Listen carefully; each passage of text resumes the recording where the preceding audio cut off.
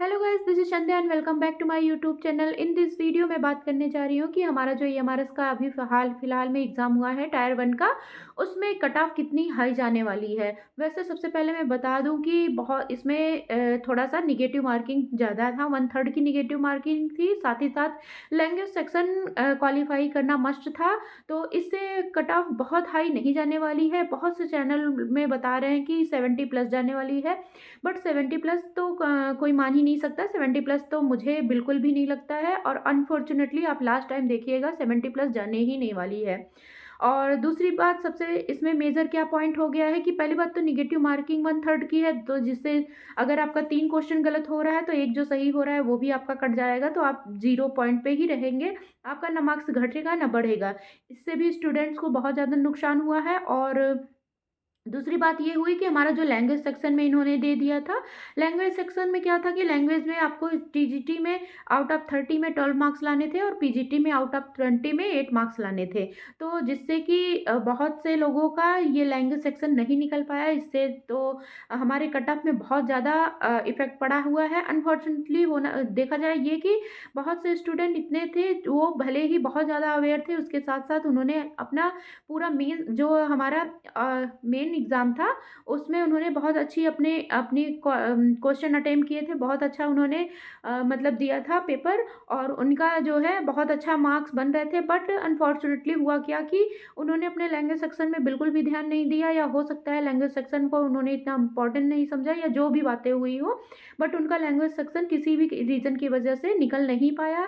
जिससे कि उनका जो पेपर मेन हुआ भी था, इतना अच्छा से उन्होंने स्कोर भी किया था, अटेम्प्ट भी अच्छे से किया था पेपर, और अपना टाइम भी इतना ज़्यादा लगाया, बट उनका अनफॉर्चुनेटली हो नहीं पाएगा। क्योंकि ईएमआरएस का पहला रूल यही था कि पहले लैंग्वेज सेक्शन आप कट ऑफ अपना क्लियर करेंगे, उसके बाद ही आपका जो मेन कॉपी है, मेन जितने क्वेश्चंस है वो कॉपी आपकी चेक होगी। अगर आपका लैंग्वेज सेक्शन नहीं कंप्लीट होता है तो वो आपकी कॉपी चेक ही नहीं होगी।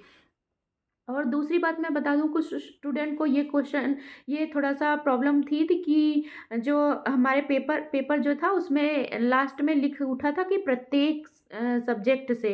बट अनफॉर्चुनेटली देखा गया ये कि जब इंग्लिश सेक्शन चेक किया गया तो उसमें एग्रीगेट लिखा था। तो इससे ये होता है कि लैंग्वेज, दोनों लैंग्वेज मिला के आपको मार्क्स लाने हैं। मतलब एक-एक लैंग्वेज में आपको मार्क्स पर्सनल नहीं लाने हैं, तो इसका भी आप पहले से ये क्लियर कर लीजिए। आपको दोनों पेपर, चाहे पीजीटी में हुआ और टीजीटी में, तीनों मतलब पेपर और आपका जो मेन लैंग्वेज था उसको मिला के आपको 12 मार्क्स लाने हैं। तो ये चीज़ आप पहले से क्लियर कर लीजिएगा। और दूसरी बात, कट ऑफ की हम बात करें तो कट ऑफ हमारी बहुत हाई नहीं जाने वाली है, क्योंकि बहुत सारे ऐसे कैंडिडेट जो कि बहुत अच्छा पेपर में किए हुए हैं, बट उनका अनफॉर्चुनेटली लैंग्वेज की वजह से नहीं निकल पाया, तो वो तो ऐसे ही रेस से बाहर हो गए। और इतनी भी ज़्यादा क्वेश्चन जो है, चाहे टीजीटी में रीजनिंग हुआ, चाहे पेडागोजी सेक्शन हुआ, चाहे टीचिंग एप्टीट्यूड हुआ, बहुत ही ज़्यादा लेंदी क्वेश्चन थे। हम पेपर ऐसा तो नहीं बोलेंगे कि पेपर बहुत हार्ड था, ईजी टू मॉडरेट पेपर था, बट क्वेश्चन इतने लेंदी थे कि स्टूडेंट को बहुत टाइम लग रहा था उसको पढ़ने में। एक एक क्वेश्चन में एक एक मिनट, दो दो मिनट लग जा रहे थे, तो जिसकी वजह से स्टूडेंट बहुत हाई मेरिट पे नहीं जा पाएँगे। मे बी मैं एक अप्रॉक्सिमेट बता रही हूँ, अभी तो मैं भी सिर्फ़ गेस कर रही हूँ, बहुत ज़्यादा वो नहीं कर रही हूँ, क्योंकि इस श्योरिटी देखिए अभी किसी को नहीं है, जब तक हमारा मेन आंसर की नहीं आ जाता है। ऑफ़िशियल आंसर की के बाद ही लोगों को पता चलेगा कि क्या है।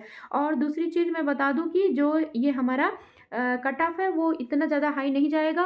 वो 50 के अबव जितने भी स्टूडेंट हैं, मैं जनरल की यहाँ पे बात कर रही हूँ, इसके फिर बिलो में जितने आएँगे, चाहे वो डब्ल्यूईएस वाले होंगे, चाहे एससी एसटी होंगे, चाहे ओबीसी होंगे, 50 के नीचे भी उनकी मेरिट जा सकती है। तो इतना ज़्यादा परेशान होने की ज़रूरत नहीं है। जिन लोगों ने 50 प्लस क्वेश्चन अटेम्प्ट किए हैं सही वाले, मतलब उस माइनस मार्किंग को निकाल के सब कुछ अपना लैंग्वेज सेक्शन कंप्लीट होने के बाद, जिन्होंने 50 प्लस 55 प्लस जिनके भी मार्क्स आ रहे हैं, वो अपने आप को टायर 2 के लिए रेडी कर लीजिए। वो टायर 2 की प्रिपरेशन कर सकते हैं, क्योंकि अभी बहुत कट ऑफ हाई नहीं जाएगी। कितना भी लोग डराएँ, कुछ भी करें, आप देख लीजिएगा, क्योंकि एक सीट के पीछे 10 स्टूडेंट को बुलाएँगे टायर 2 के लिए। तो इतना ज़्यादा पैनिक होने की ज़रूरत नहीं है। जिसका 70 आएगा उसको भी बुलाएँगे, जिसका 60 आएगा उसको भी बुलाएँगे, जिसका 55 या 50 आएगा उसको भी बुलाएँगे। तो इतना ज़्यादा आप परेशान मत होइएगा। अगर आपके 50 प्लस आ रहे हैं, 55 प्लस आ रहे हैं, तो आप टायर 2 के लिए एलिजिबल हैं और अपनी प्रिपरेशन अभी से स्टार्ट कर दीजिए। जिन लोगों ने केवीएस का फॉर्म फिलअप कर रखा है वो तो फ़िलहाल अभी तो मेरी सजेशन यही रहेगा कि वो अभी केवल केवीएस पर फोकस करें, क्योंकि केवीएस का हमारा एग्ज़ाम जो है वो हमारा स्टार्ट होने वाला है आज से। आज 20 तारीख है और अब केवीएस मात्र 20 दिन बचा हुआ है, 11 तारीख से एग्ज़ाम हमारा स्टार्ट हो जाएगा। तो 20 ही दिन में जितनी ज़्यादा मेहनत कर सकते हैं कर लीजिए, क्योंकि केवीएस में भी प्री और मेंस होने वाला है। तो आप अपना आधा से ज़्यादा फोकस आप केवीएस पे दीजिए। अगर आप केवीएस और साथ-साथ ईएमआरएस का अपना मेन सब्जेक्ट बेस लेके चल सकते हैं तो उसमें कोई प्रॉब्लम नहीं है, आप कर लीजिए। बट अगर जिन्होंने अभी फ्रेश स्टार्ट किए हैं केवीएस की प्रिपरेशन इन 20 दिनों के अंतर्गत, वो तो मेरी तो सजेशन यही रहेगी कि आप पहले केवीएस पे ध्यान दीजिए। ईएमआरएस के लिए हमें 2-3 महीने का टाइम मिलेगा, तो इतना ज़्यादा आपको पैनिक होने की ज़रूरत नहीं है। फिलहाल अगर आपके पास कोई ऑप्शन नहीं है तो आप ईएमआरएस के तैयारी पे जुट जाइए, क्योंकि डिस्क्रिप्टिव पार्ट है, डिस्क्रिप्टिव लिखना है, सब कुछ लिखना है। अब ऑप्शनल वाला हमारा सेक्शन ख़त्म हो चुका है, तो हम जितने अच्छा अपना आंसर राइटिंग करेंगे उतने ही अच्छे से मार्क्स मिलेंगे। तो इसमें मार्क्स पॉइंट मुझे लगता है कि इसमें marks line to line check होंगे। ऐसा नहीं है कि आपका क्वेश्चन सही हुआ आपको 1 नंबर मिल जाना है। जितने अच्छे से आप अपनी कॉपी लिखेंगे, जितने अच्छे से आप क्वेश्चन को क्लेरिफाई कर जाएंगे, समझा सकेंगे एग्जामिनर को, उसी हिसाब से आपको मार्क्स मिलेंगे। तो ये थोड़ा सा अब जो है ये हमारा इसका अभी तो नहीं, बट अब जो पेपर टायर 2 का होगा वो थोड़ा सा टफ होने वाला है, क्योंकि डिस्क्रिप्टिव यार सबका छूट चुका है।